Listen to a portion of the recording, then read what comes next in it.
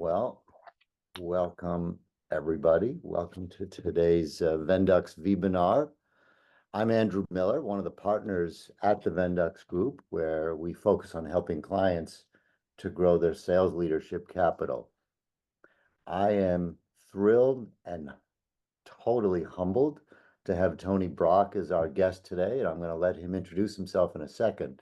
In a nutshell, Tony spent more than 28 years in the U.S. Navy, most recently as a commander in the Pacific region.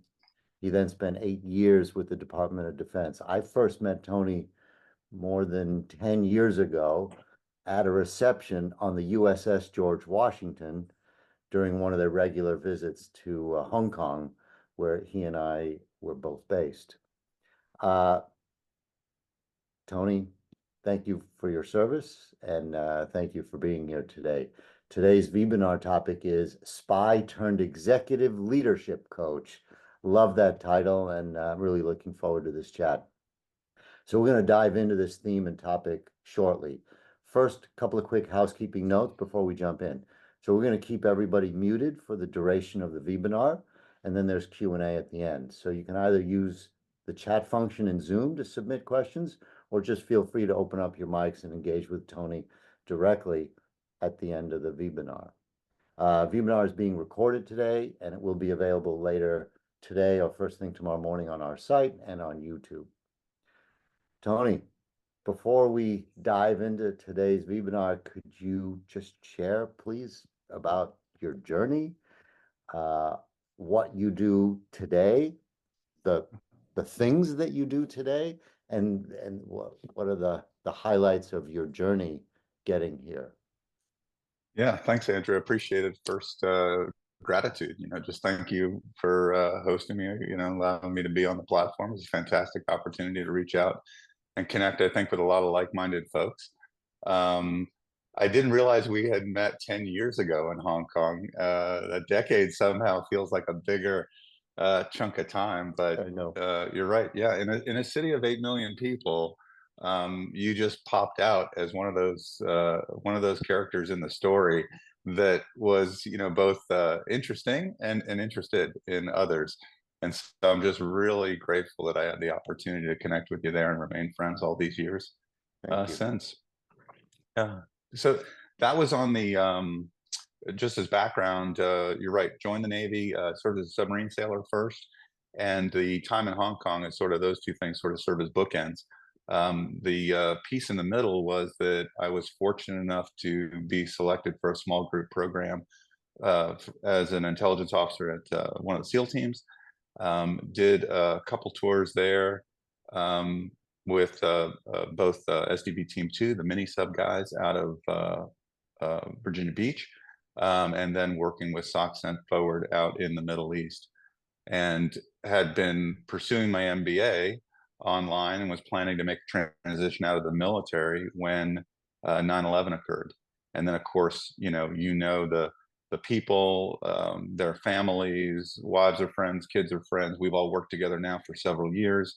And patriotism aside, this is a personal relationship at this point. It's not the time to walk away when it's you have the opportunity to really do your mission. So I stayed in and continued. We did deployments to Iraq and Afghanistan on repeated tours, and then finally at the tail end of that, took a break and headed to Hong Kong. So serving the embassy there in China. You can imagine if that's the break, right? If you can leave Iraq and Afghanistan, then service as an intel guy in China was the downtime. Correct. Yeah, the spy part probably sounds more cool guy marketing hook than it really is. I'm a career intelligence officer, and I imagine if you were really a spy and you put that in your title and you told everybody, you wouldn't be a very good spy. So but it got me into as an intelligence officer a position of working with executive leaders who were assessing risk, who were trying to understand human behavior, who were trying to lead organizations at scale.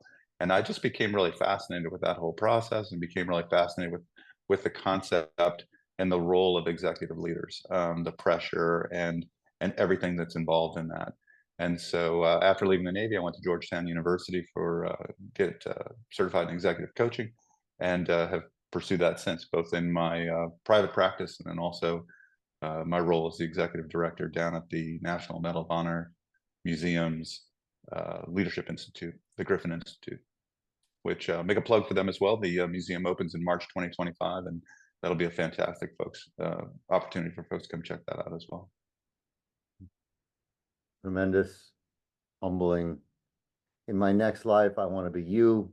And but in the We can meantime, switch. I want to be you, so that's good. Well, uh, thank you. So,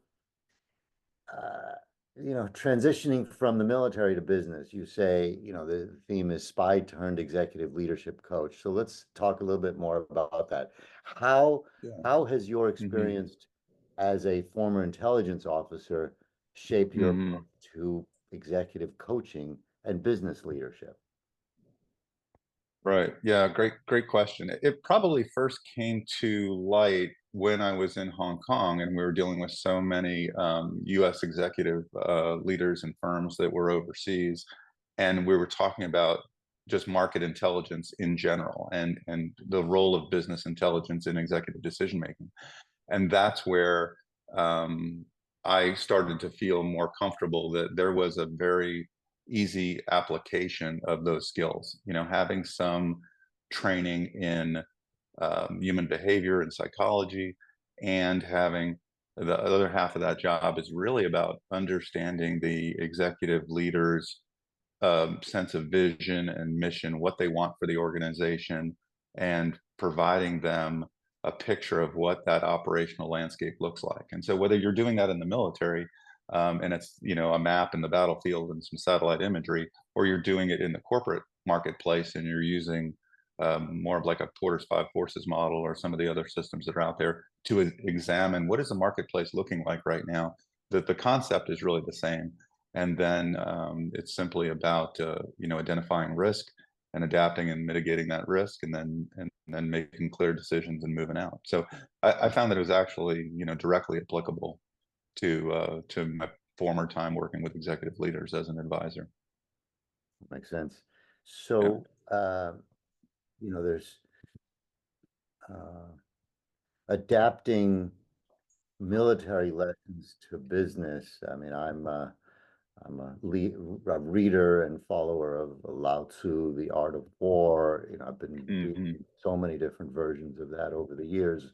Um, with your experience and perspectives, what specific lessons from your time supporting hmm U.S. Navy SEALs, for example, have you found most applicable to leading Yeah. sales teams in the corporate world, or leading corporate leaders, or Yeah. helping Yeah. corporate I mean, leaders you bring lead? up a great reference. I don't think you can't get a military guy on a podcast if you're going to talk Sun Tzu. You know, we can't get away from referencing that since the days of Wall Street. But yeah, you're right. A big part of that is foreshadowing, right? Foreknowledge. That's where you get paid sort of the big bucks. And so when I talk to executive leaders about Intel specifically, it's a recognition that we start off, hey, congratulations, you live in the information age. You have access to more information than any human has ever had before. And yet you would think, therefore, decision making is easy, but it's actually more difficult because we're just getting overwhelmed with data. In fact, that information overload is about a $900 billion problem for corporations, because it's not only impacts your productivity and your efficiency, but it also leads to like mental health stressors and physical stressors for people in the workplace. There's just a fire hose of information coming in, and so I think the application for sales leaders or leaders in general is a recognition that there's a difference between information, which we kind of just capture as everything, and intelligence, which you could imagine is that subset of information that matters to you. And so I like to give folks the acronym TRAP, that intelligence is just defined as that it's timely, it's relevant, it's actionable, you can do something with it, and then ideally it's predictive. And so you're reading the paper, you're checking the wire, you're pulling in all your sources, and then you're spending a little bit of your own analysis thinking, okay, that's what everybody says, what do I think? and then trying to imagine, if that's true, what do I think is going to happen next? And that's the big leap, right? Is the predictive part. That's where analysts get paid the big bucks. And so I think for sales leaders, the application is getting spending some time doing your homework, getting into the head of the prospect, and having a sense of what what is their vision and mission? What are they trying to accomplish? What's the operating environment that they're working in? And therefore, what are their stressors and risks? And now, how are you providing a product or service that's going to, alleviate that risk and help them achieve their mission? And so, if someone were a wine grower in California, then does the weather in Australia or the labor market in France matter to them? Probably yes, but it doesn't maybe if I'm in a different market. So what qualifies as information versus intelligence depends on the target that you're talking to. So I think that as a general concept, understanding the difference between information and intelligence is a big part of it. And then from an organizational management, the real lesson of the SEAL team was all about mission, right? It's getting everybody's time and talent moving in the same direction to achieve the mission. So I've heard you talk about the leading mission alignment framework. Is this what you're referring to? What is that, and how is Yeah, it? that was part of my transition from the military and sort of stepping back and just saying, okay, that was an amazing experience to serve as a support officer at SEAL team for so many years. And a lot of people would ask, sort of what was the special sauce? There are a lot of SEALs out there that talk about grit, determination, and mission focus. But as a support officer on the team, having the opportunity to really look at some of the diversity that was available there. And so, like in any organization, you have HR and logistics and finance and the sales team, and there's a lot of different players that are involved. And the unifying factor, I think, at SEAL Team, which I try to bring to corporate now with a leading mission alignment framework, is starting at the top and working our way down, making sure that we have a common vision. I call it the big five, basically, is a vision, our mission, business intelligence or marketing intelligence picture. Do we have a shared situational understanding of what the heck is going on around us? What's our strategy? Given all that, how do we want to position ourselves in the market for success? And then what are our plans to get there? And I think a lot of times we jump into the org chart, and who's working for who, and where are people sitting, and who's on remote work. We jump in real quickly on key performance indicators, and what are we going to measure and why, and what's a bonus structure going to look like. And there's a lot of that stuff that's up at the top that's just so critically important about vision and mission, and checking in on our assumptions of what's really going on in the market, that are just absolutely fundamental to leading mission alignment, which gets you everyone's time and talent moving in the same direction. And so we sort of skip that step, I think, with the idea that, well, everybody knows that. And the reality is, the more senior you are in the organization, you're swimming in that stuff all the time. It doesn't mean everyone else in the organization is.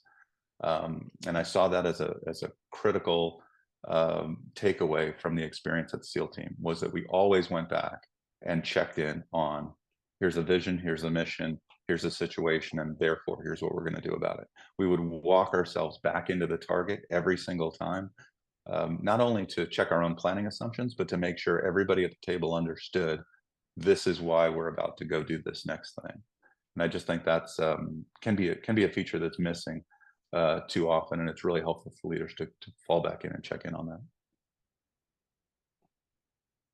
That's fascinating. So in terms of, let's say, a business intelligence, how can leaders effectively harness business intelligence to gain better market insight, customer insight, Mm-hmm. product trends, Mm-hmm. to be more competitive, to stay ahead of the competition? Mm-hmm. Yeah, you nailed it. That's the key point, is begin with the end in mind. And so you're ending it with, how do I increase my competitive advantage ultimately? And if we back that up, then having a clearly communicated, even in your own mind, your own head, heart, and gut, what's my vision? It has to be purposeful. It has to be aspirational. It has to be um, inspirational. And those are sort of the three criteria that I would unpack.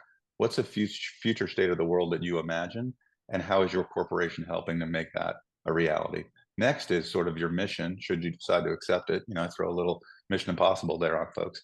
And you want your mission to be present tense, clear direction and guidance to your people, because we get these hopey, dreamy sort of statements sometimes, and we do a leadership retreat, and everybody's having a great time, and we walk away with a vision statement, but we really didn't talk about specifically how are we going to get there. And so having a clear mission statement that says um, to do the following, and it identifies your customer, it identifies the problem you're trying to solve, it identifies your product or service, what's the value proposition, and it's identifying how the customer is going to feel afterwards. What's the benefit, the internal, external, philosophical feeling that they're going to have at the end of this thing.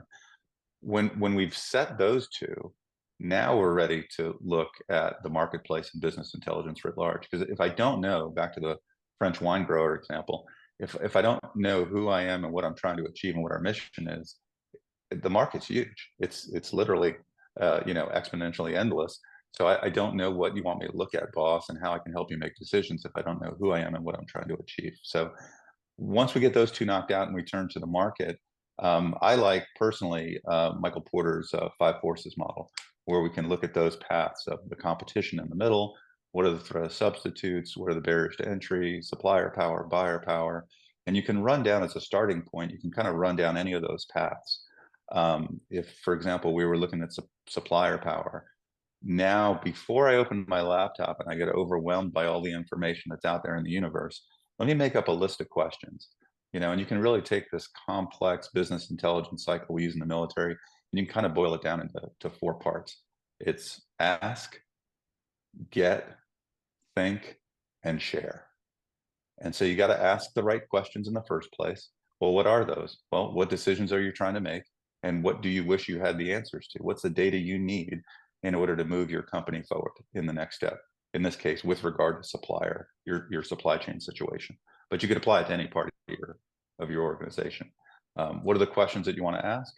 What are the most likely locations where that information resides? You might have to pay for it through a think tank or some sort of service provider. But you want it to be factual, and as unbiased as possible. And you'd like it to be timely and recent, reliable information. And then when you get that on board, you're going to unpack it and think about it. And you're going to say, here's what the different factors in this part of the market are telling us. What do we think? You didn't just land on the planet. You've been doing this probably 20, 30 years. So what's your gut telling you? What's your head and heart telling you? And then the big one is sharing that information. Whatever your analysis is, sharing it with your team. And I see more often either we don't ask the right questions, we're just in sort of passive receive mode from the internet.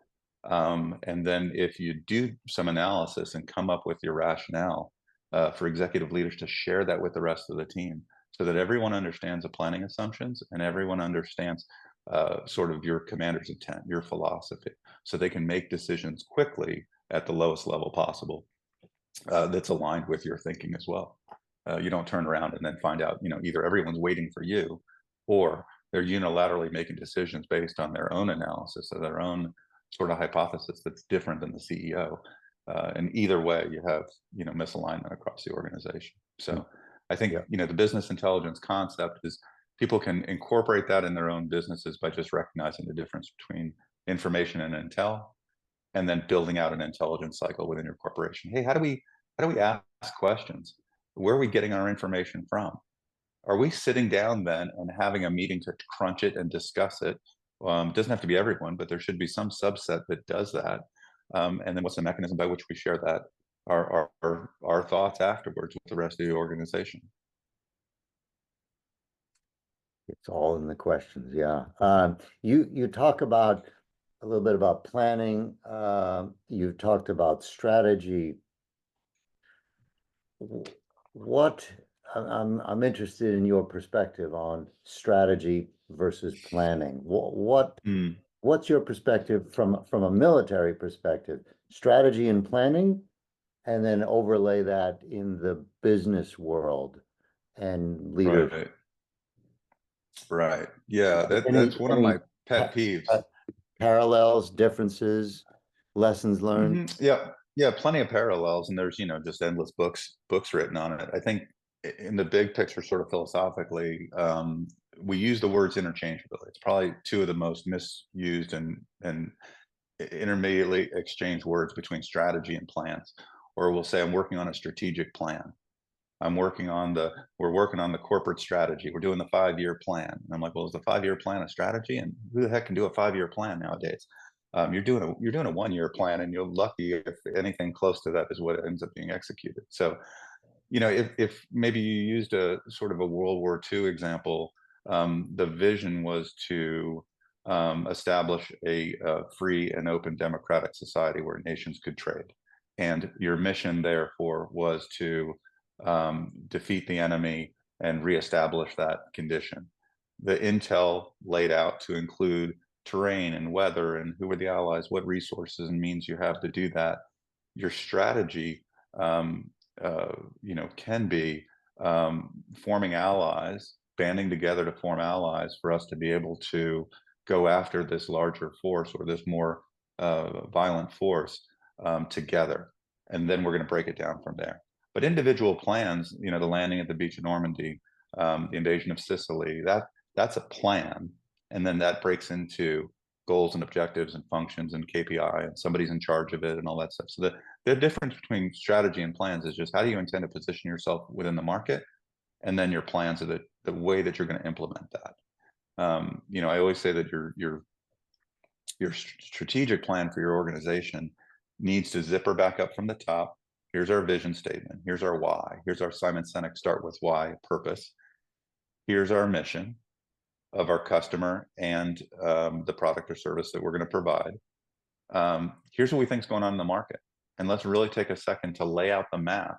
If you were imagining the market as just a map, could you imagine executing a strategy and a plan without looking at it? So lay the map out. What's going on? What in the military we would call sort of the go, slow go, and no go areas on your map. And then strategy statements, for me, the best always start with therefore. Based on these things and our analysis of it, my strategy, therefore, is this. It can be, depending on the organization, if it's what sort of state are you in? Is this a startup, a turnaround, accelerated growth, realignment? So it may be for the next 6 months, our strategy is a tight realigning of our organization and getting our resources in place in these things. And then we will be moving into a growth strategy. And so there can be phases of a strategy, and there are subsequent plans and goals and objectives under each one of those phases. But they are really two different, like, fundamental concepts. Your strategy is how you position yourself in the market for that phase, and your plans are how you actually plan to execute them. One is sort of bigger, touchy-feely, subjective measures of effectiveness, and the plans are more deliberate, objective measures of performance that we can put in, like your dashboard on your car.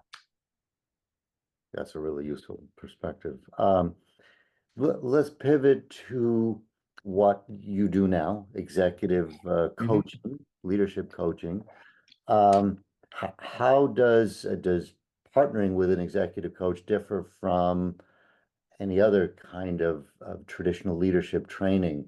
What benefits, what unique benefits are there with executive coaching, and what, your, I know you've Better know the not answer a to that one, superpower. right? That's a good. Yeah. If you're asking an executive coach, you better know the answer to that one. Yeah, Yep. I think in order to be best prepared for any role that we're stepping into, we want to make sure that we have the education, training, and experiences we need to do the job. And some of the and so those are not mutually exclusive, right? You can have your MBA or your sales training, or in addition some sales training, you can have some experiences. Those are that side of the house. The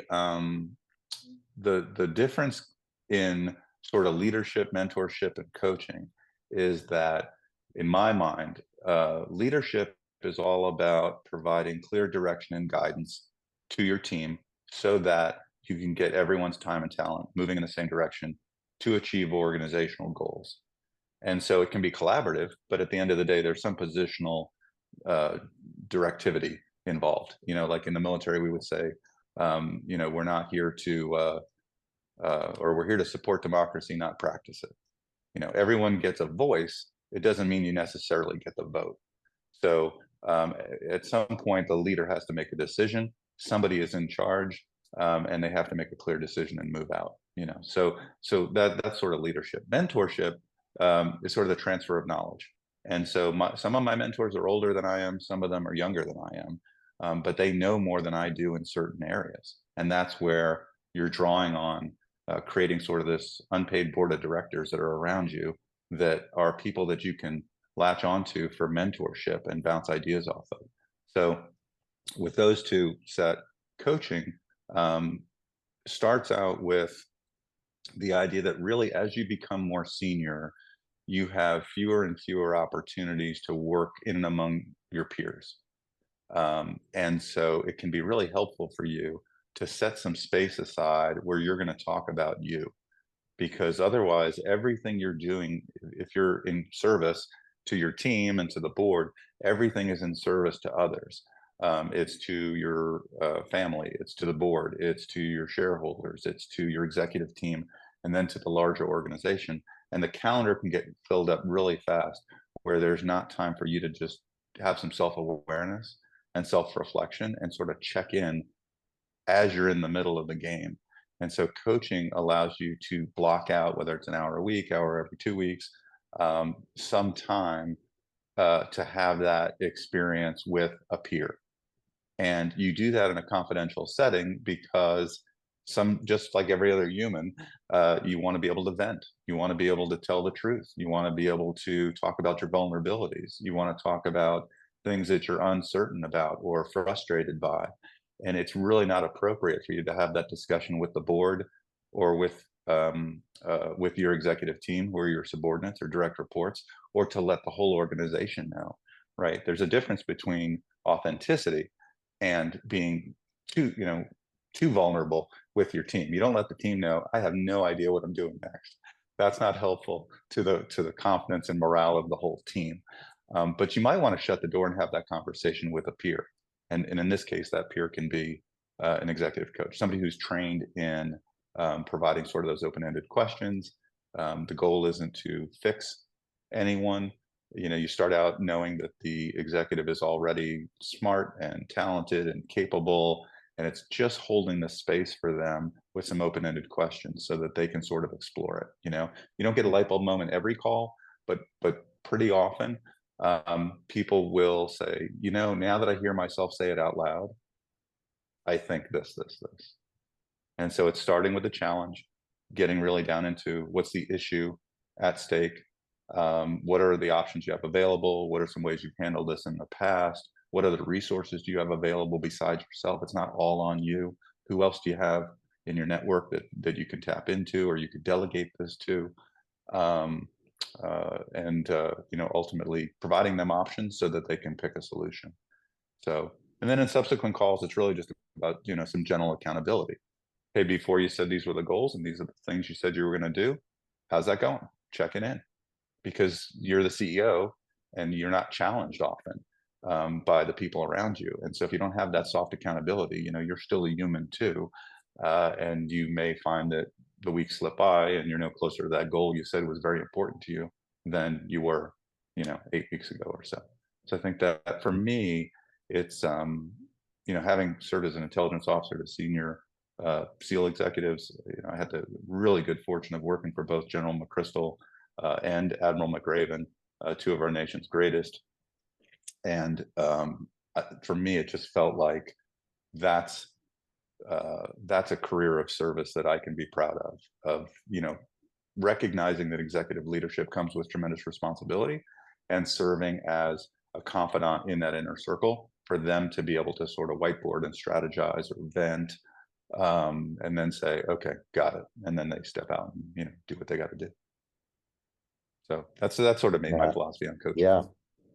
So I want to invite anybody else to chime in, to comment, to ask questions, to engage. I've got more questions, but if anybody would like to jump in, now would be a great time. Otherwise, you can wait a And minute. Andrew, you might have to read those to me yeah, Sure, if you can sure, call on them, great. If it's a chat question, you might have to read it to me. I can't see this on the screen, but you bet.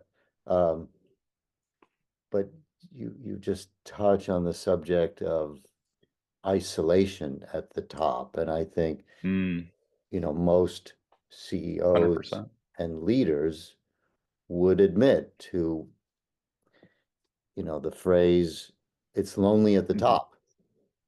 Hmm. Would would Absolutely.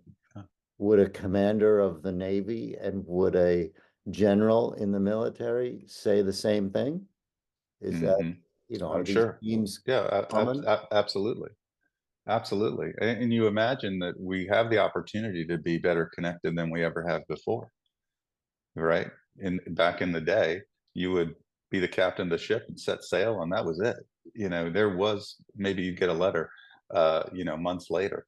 So this is part of the human condition, I think, of being a senior leader, the sense that you're at risk of isolation, and that's not a healthy place to be. It's not healthy or helpful.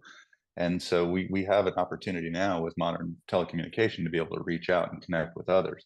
And I see senior military leaders and senior corporate leaders making sure that they, either they have an executive coach, they're part of a coaching group, they're part of some other network, they're reaching out to former MBA classmates or, some like-minded peer group where they can get that connectivity because it's incredibly important.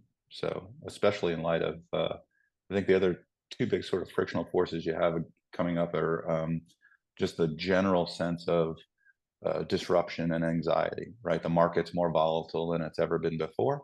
And post COVID, we're coming still back into an HR and legal environment that is, full of more landmines than we ever had coming up. Certainly more than our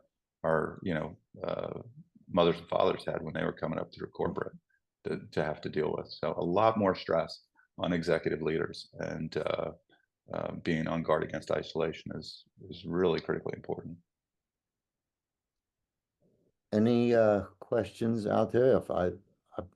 If not, I'm going to ask one from left field regarding AI, Tony. From an intelligence slash information point of view, are you are you and or your clients at this moment in the corporate world dealing with deep fakes or Mm, the the increasing impact of false AI generated information, which for the average person at this moment would it's like indistinguishable from hmm. an action from reality. Hmm. And Right, it's only going to get worse, this problem. right, What's right. your perspective It on this? Yeah, that's a great question. It's AI is a powerful tool, and we've had these transformations, these revolutionary transformations of new tools entering the marketplace. And in each occasion, yes, it blows up a previous industry, and people adapt and change and get on with the new technology. So I'm not a I'm in favor of of AI as a knowledge management tool, but to your point about deepfakes and disinformation, we are also keenly aware that that's a reality as well. And I think the takeaway for senior executive leaders is having multiple sources of information, and so that the kind of within the military they'll say often that the first report is often inaccurate, grossly inaccurate, and overdone. And I think the same is true for us to be mindful of all the market indicators that we have in our intel cycle. So whatever you're using as your sources, if you get up in the morning and you're just checking Financial Times and Wall Street Journal and AP News and some of these centrist sort of news sources, and you're on feeds like that, or all the way down to something that's an operational or tactical, um, uh, a land acquisition decision. You just want to check in with multiple sources of information, and so that if you are getting some positive or negative piece of data that says, "Man, you got to act on this now. This is such an incredible opportunity." We just got word that there's some regulatory change that's really going to put things in our favor, and therefore we want to make this decision for some type of acquisition. I'd step back, pause for just a second, and check in with multiple sources of information. Play devil's advocate. How might that be true? How might we disprove it? And then you just go through that decision matrix. You know, Often it's putting a time stamp on it. When do you need to make a decision on this new piece of data? What do you know? What do you don't know? This is from working with General Crystal and within JSOC was what do you the Powell doctrine was sort of, what do you know? What do you don't know? What do you think? And always tell me which is which. A next level on that during the global war on terrorism in Afghanistan was really differentiating on, of the things you don't know, what are you doing to find out? What's the likelihood that you'll ever find out for each one of these data points? And if so, when? So sort of the probability and the timeline for each one. And so when you come up with a piece of deep fake or some information, good or bad, that suddenly spikes your radar and you think, we got to jump on this, pause, check in on multiple sources of intel that might be able to either confirm or deny that that's true, and what's your likelihood of finding it out, and what's the timeline that you'll find it out. And if you can delay the decision, then do so. And then at the end of the day, you got to execute. Know that you're only going to get 70-80% on a good day anyway, and so you're always going to be making decisions with less than perfect information. That's part of getting paid the big bucks. Yeah, we are probably all going to have to learn to be increasingly circumspect with information that's coming Sure. into the Sure. radar. Yeah. Yeah. It's scary because in the broader sense, you're right. People are going to react to those market indicators, good or bad. If we're saying a deep fake or something that pops up, they're going to react. So there's going to be a real reaction to a fake piece of data. And so then the perception itself becomes truth. So you're absolutely right. From a business perspective, it's just recognizing that that is now part of the course. And so you have to just check in on the veracity of any piece of information you get. Mhm. Back in the day when you might, the Germans, back to our World War II example, the Germans Nazi Germany might fly over the channel and look at the disposition of British forces. And, it's a classic deception campaign where the British had blow up tanks and fake materials that they put on the battlefield to make it look like there was a piece of equipment from the army in that position on the English side, ready to cross the channel. They even doubled down and released transmissions and communiques that they knew that specific code they were using was already decrypted by the Nazis. They'd already broken the code. And so they had information going back and forth between these fake units, again, trying to deceive the enemy. And so you can take that one piece of data and think, aha, we got them, and move out. But you're really in your best position to pause for a second and look for multiple ways to confirm or deny this new piece of data, no matter how good or how bad it is. And so I think that's the answer to deepfake, is recognize it's reality, and you're going to have to look for multiple sources so you can make a confident decision. Very good. Anybody have a question, wants to chime in?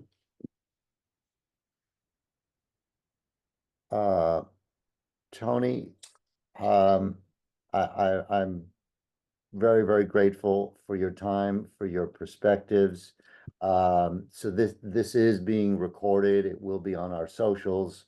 I know we get a lot of interaction on the recordings. So if and when people want to reach out to you and perhaps have an offline conversation directly, how do people get in touch with you? Yeah, best way is probably either connecting on LinkedIn, or you can check out my website, which is anthonybrockgroup.com. And so if they just go to anthonybrockgroup.com, it'll kind of walk them through this philosophy of the leading mission alignment framework. It'll talk about some things you can do for yourself, some things you can do for leadership of your team, and then things that you can do for the mission achievement overall. And I got a bunch of free PDFs and materials and stuff on there for folks that they're welcome to read up and incorporate all this stuff. If it helps businesses grow and help the economy, then we're all winning. And if they want additional support past that, they're always welcome to reach out to me. Excellent. Well, have a great rest of the week, month, year. I look forward to our dinner, either here on the West Coast or where you are. Thank you again very, very much for your time. Thank you, Thanks Andrew. everybody for being here, and have a great rest of the week. All the best. Thank you, Talk to you Andrew. soon. Yeah, thanks everybody out in the audience. Keep leading.